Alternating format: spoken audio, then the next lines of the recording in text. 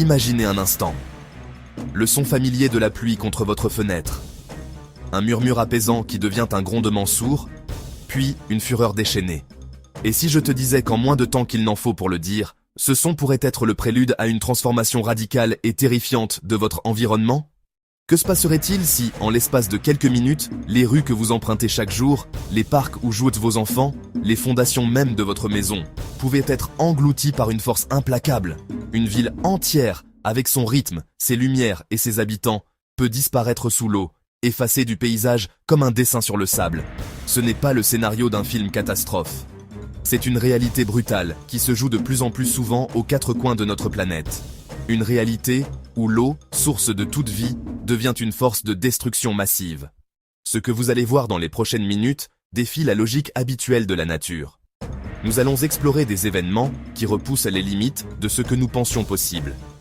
Nous ne parlerons pas seulement de la pluie qui tombe, mais de la manière dont elle s'accumule, se concentre et se déchaîne avec une puissance inouïe.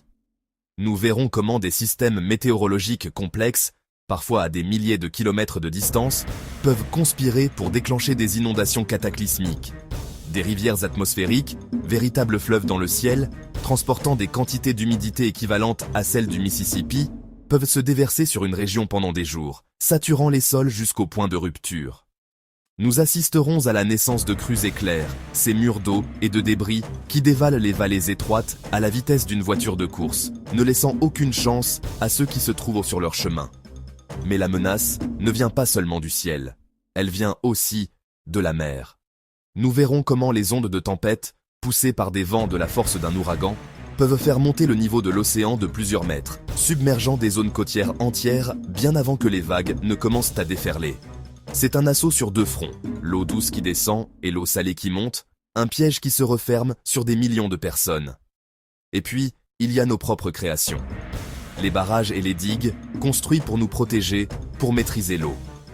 Que se passe-t-il lorsque ces gardiens de béton et de terre cèdent sous une pression trop forte? L'onde de submersion qui en résulte n'est pas une inondation, c'est un tsunami artificiel, une vague destructrice qui efface tout sur son passage. Nous examinerons les mécanismes de ces ruptures et les conséquences dévastatrices qu'elles entraînent. Au-delà de la force brute de l'eau, nous plongerons au cœur de nos villes pour comprendre notre propre vulnérabilité. L'asphalte et le béton qui recouvrent nos paysages urbains ont transformé nos cités en immenses bassins imperméables. Chaque goutte de pluie qui ne peut s'infiltrer dans le sol est une goutte qui doit être évacuée. Mais que se passe-t-il lorsque les réseaux d'égouts, conçus pour des pluies d'un autre temps, sont complètement dépassés? L'eau remonte par les bouches d'égouts, transforme les boulevards en rivières et les métros en pièges mortels. C'est la face cachée de l'urbanisation, une bombe à retardement hydrologique qui sommeille sous nos pieds. Ce voyage nous mènera à travers le monde, des vallées encaissées d'Europe aux plaines alluviales d'Asie, des côtes américaines battues par les ouragans au désert, soudainement transformées en lacs. Nous analyserons des cas d'école, des inondations records qui ont redéfini les cartes et marqué les esprits. Nous écouterons les témoignages de ceux qui ont tout perdu, mais aussi de ceux qui ont risqué leur vie pour en sauver d'autres. Des sauveteurs en eau vive, naviguant dans des courants perfides, aux simples citoyens formant des chaînes humaines pour aider leurs voisins, nous verrons le meilleur de l'humanité émerger dans les pires moments. Mais ce documentaire ne se contente pas de constater le désastre. Il cherche à comprendre et à proposer des solutions. Comment la science nous aide-t-elle à mieux prévoir ces événements? Quels sont les systèmes d'alerte précoces qui peuvent faire la différence entre la vie et la mort? Comment pouvons-nous adapter nos villes et nos infrastructures pour coexister avec cette nouvelle réalité? Nous explorerons des solutions innovantes, des villes éponges conçues pour absorber l'eau aux solutions fondées sur la nature, comme la restauration des zones humides et des mangroves, nos meilleurs alliés dans la lutte contre les inondations.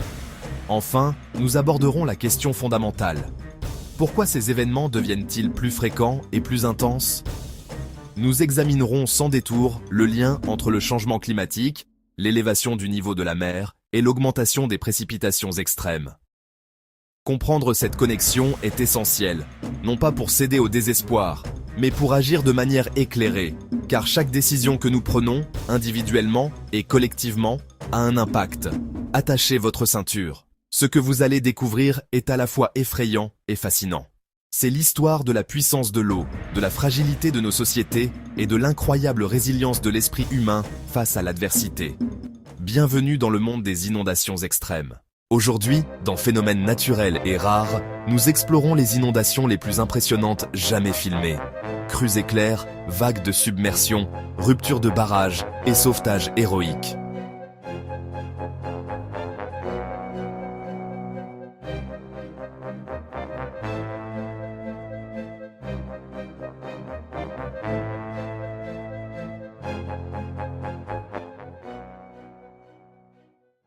L'eau.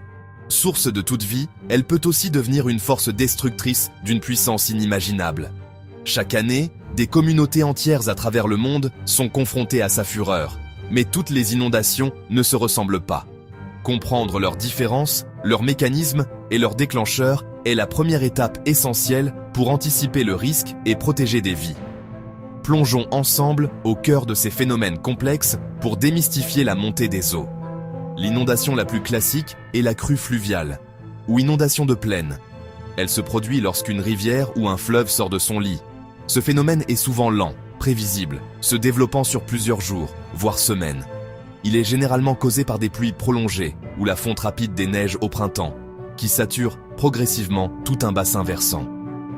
L'eau monte doucement, envahissant de vastes étendues de terre, principalement les plaines alluviales qui sont historiquement le terrain de jeu naturel du cours d'eau.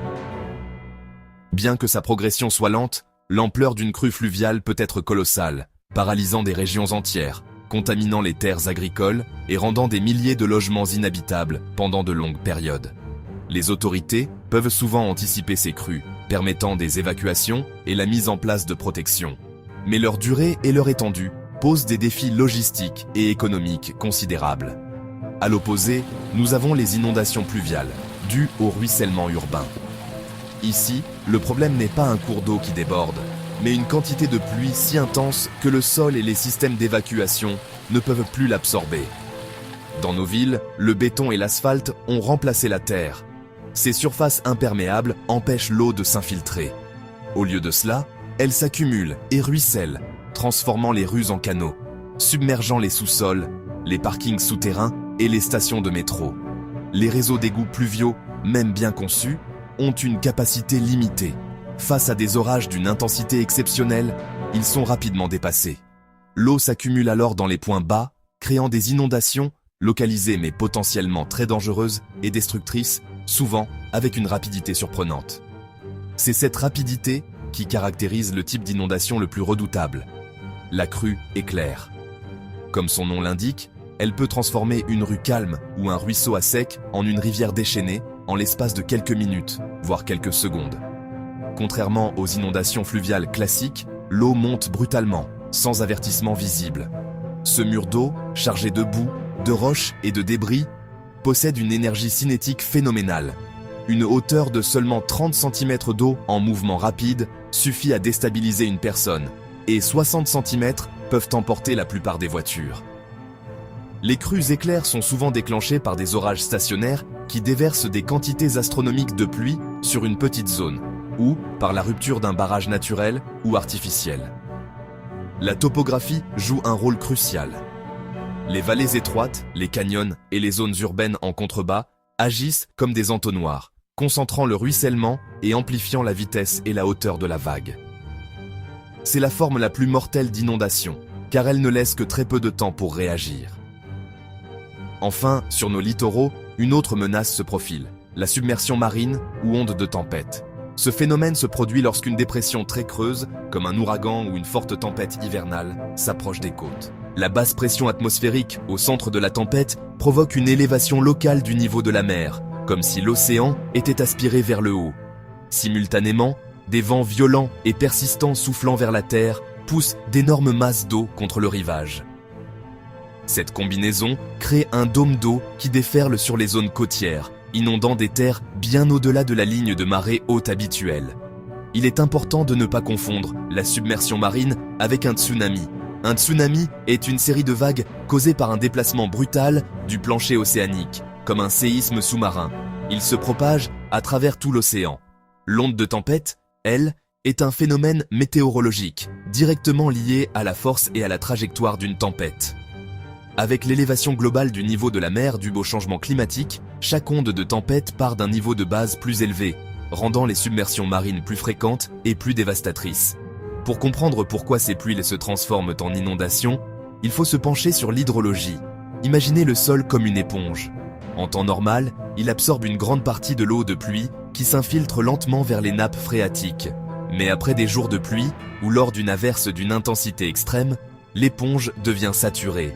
Le sol est gorgé d'eau et ne peut plus rien absorber. À partir de ce point de saturation, chaque goutte de pluie supplémentaire n'a d'autre choix que de ruisseler à la surface du sol.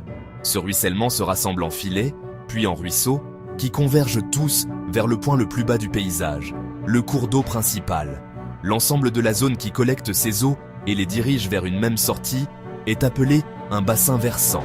La taille, la forme, la pente et la nature des sols d'un bassin versant déterminent la rapidité et le volume de la réaction à une pluie donnée. Un petit bassin versant avec des pentes raides et des sols peu perméables réagira très vite, favorisant les crues éclairs. Un grand bassin versant plat avec des sols profonds réagira plus lentement, favorisant les crues fluviales. Ces pluies diluviennes sont elles-mêmes générées par des phénomènes météorologiques spécifiques. Les orages stationnaires, par exemple, sont particulièrement dangereux. Au lieu de traverser une région, le système orageux se régénère sur place pendant des heures, déversant des quantités d'eau phénoménales sur une zone très localisée. C'est un déclencheur classique des pires crues éclairs. Dans d'autres régions du monde, ce sont les pluies de mousson, un phénomène saisonnier, apportant des mois de précipitations intenses, qui saturent les sols et gonflent les grands fleuves. Plus récemment, les scientifiques ont identifié les rivières atmosphériques. Ce sont de véritables fleuves de vapeur d'eau dans le ciel, de longs et étroits corridors qui transportent l'humidité des tropiques vers les latitudes moyennes. Lorsqu'une de ces rivières atmosphériques percute une chaîne de montagnes, elle est forcée de s'élever, se refroidit et relâche des quantités d'eau extraordinaires, provoquant des inondations et des glissements de terrain sur de vastes régions. Chacun de ces événements, qu'ils soient fluvial, pluvial, éclair ou côtier, possède sa propre signature, sa propre échelle de temps et son propre niveau de danger. Les reconnaître est la première compétence de survie face à la montée des eaux. La puissance brute de ces phénomènes est à la fois terrifiante et fascinante. Si vous voulez continuer à explorer avec nous les forces de la nature et comment nous pouvons nous y adapter, c'est le moment idéal pour vous abonner.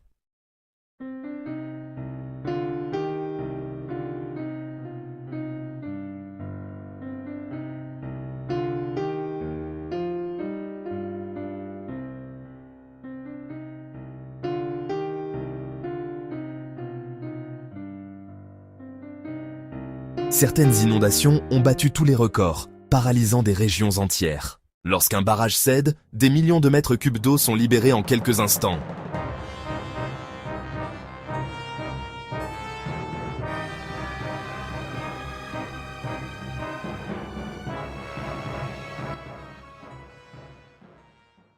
L'eau ne détruit pas seule. Saturé, le sol s'effondre. Des collines entières disparaissent. Le vrai danger n'est pas seulement l'eau, c'est la combinaison. Urbanisation, sols imperméables, changement climatique. Mais au cœur du chaos, il y a aussi des zéros.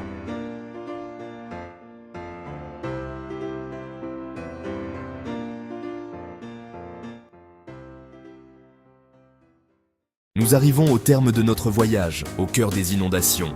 Un périple qui nous a confrontés à la puissance brute de l'eau et à la fragilité de nos certitudes. Nous avons vu des villes submergées, des vies bouleversées et des paysages redessinés en l'espace de quelques heures. Face à ces images, une vérité s'impose, humble et implacable. La nature ne prévient pas toujours avec des mots. Elle rappelle simplement par ses actes qu'elle est plus forte que nous. Mais ce rappel n'est pas une condamnation, c'est une invitation. Une invitation à comprendre, à respecter et à nous adapter. Tout au long de ce documentaire, nous avons décortiqué le phénomène des inondations sous toutes ses facettes. Nous avons appris à distinguer les crues fluviales, lentes et majestueuses, des crues pluviales, nées du ruissellement sur nos sols imperméabilisés. Nous avons saisi la violence soudaine des crues éclairs, ces murs d'eau dévalant les vallées étroites, et compris la menace insidieuse des submersions marines, lorsque la mer, poussée par la tempête, vient reconquérir les terres.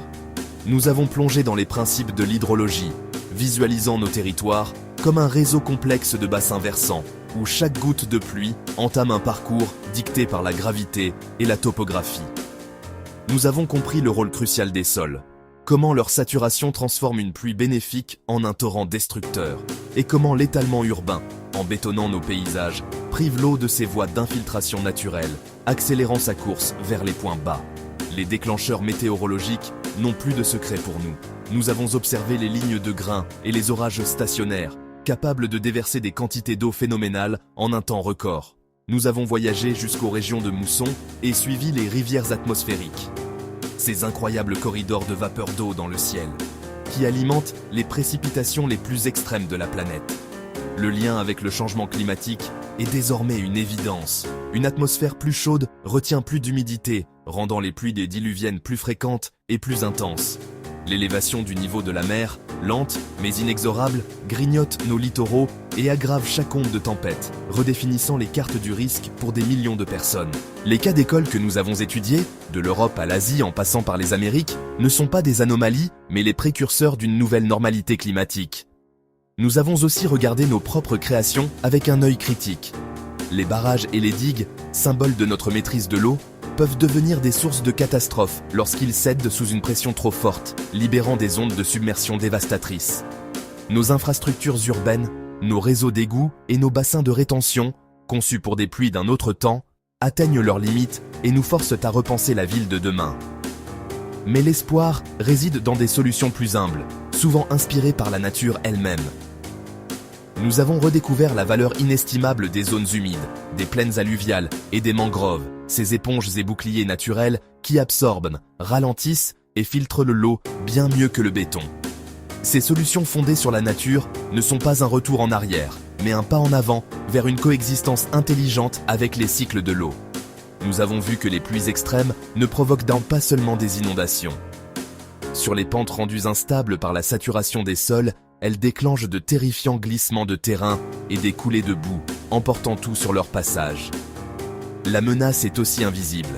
La contamination des eaux par les polluants et les agents pathogènes, les risques sanitaires liés à l'humidité et aux moisissures dans les maisons sinistrées, et les dangers électriques qui persistent longtemps après la décrue.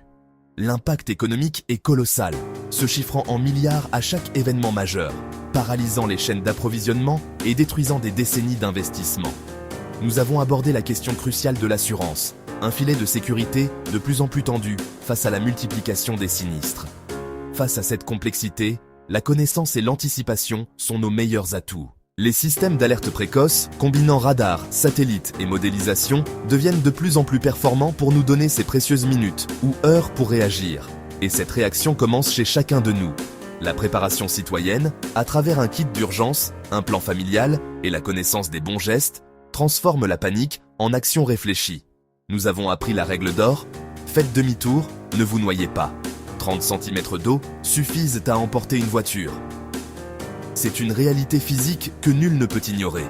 Au milieu du chaos, nous avons été témoins de l'extraordinaire résilience humaine. Les sauveteurs professionnels et les bénévoles formant des chaînes de solidarité pour secourir, réconforter et aider à nettoyer. Ces moments de courage et d'entraide nous rappellent que notre plus grande force face à l'adversité est notre capacité à nous unir.